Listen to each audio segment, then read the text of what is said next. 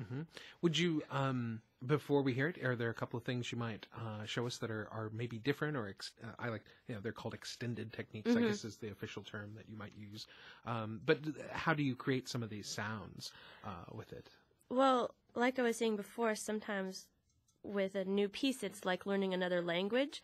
So when I started looking at this piece, I really didn't get it at first. And in fact, I called up Anssi Kartinen, who it was written for, who's an amazing Finnish cellist who lives in Paris. And I sort of said, well, how do you do this? And what does that mean? And so sometimes it's nice to get a couple tips to send you on the right path. And then it started making sense. Beware, someone's going to call you about Steve Stuckey and ask about, these sorts of things with your dialogue. Well, I'm the only one who has the music, so not anytime soon. But, yeah, supposedly the principal cellist of the LA Phil's going to play it in December, so I don't know. Okay. That would be exciting to get a call. Yeah, really. But I think this is a little more straightforward.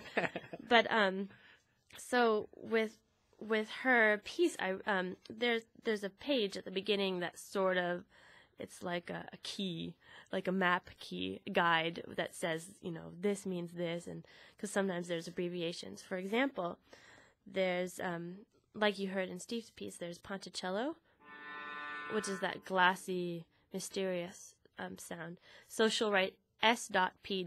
which means sul Ponticello, which is on the bridge, where you play on the string very close to the bridge to make that sound. And then a couple of times it's E.S.P. which just means especially sul Ponticello. It's surprisingly simple. And so it's even almost just noise, which is what it's an aspect of her music, is going from noise to sound and sound to noise, or from nothingness to sound, stuff like that. And then there's other different indications. For example, there's a sort of black triangle, which grows and then diminishes, and that's a symbol for pressure in the bow. So there's a variation where you get a bow crunch sound. It's like it's this. So the crunch sound in the bow, which I think some of my violin students previously are masters of that. Unbeknownst to them. Yeah. But it's amazing that, really. But that's a pressure sort of thing that you do. And it's surprisingly difficult to control, because when you press that much, the mechanism of the string is to sort of spin and slip, but which you're taking advantage of the stickiness. But then if you get too sticky, it'll just stop, and that's interrupts the sound immediately, which you don't want. You want it to be just that crunch. So that took a little bit of fooling around with. And what I was going to say about that is that maybe some of the sounds that she asked, somebody might say, well, that's ugly sound or unpleasant or something. This is not necessarily pretty music, but her idea, I think, is that if you really just go into that sound that she's creating and just try to be inside that, it can be quite beautiful. I don't know really how to describe it. It's just, you have to get into a different set of parameters, and it can, even though it's not some beautiful Tchaikovsky melody, it can be engaging and pull you in just as much. So some of the other techniques are, for example, for the butterfly wing maybe effect is fluttery.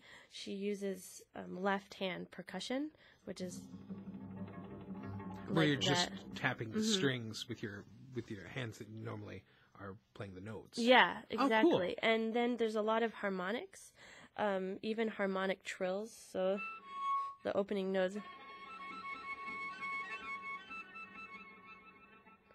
And the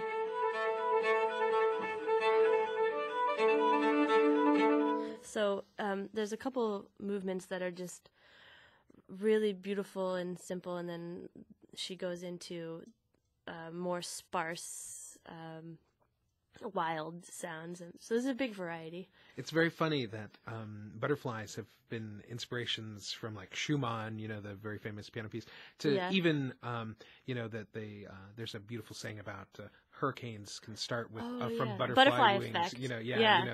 That the wings of a butterfly have started a tsunami across the way that wind develops. So it's very interesting that there's all the the Kafka metamorphoses sort of stuff has affected artists this way. And we're going to hear it, so we'll hear it in 7 different variations, right? Mm-hmm. Oh, excellent. Yeah. Are there individual movement titles? Yes, but they're really just Papillon 1, 2, 3, 4, 5, 6, 7. Oh, okay.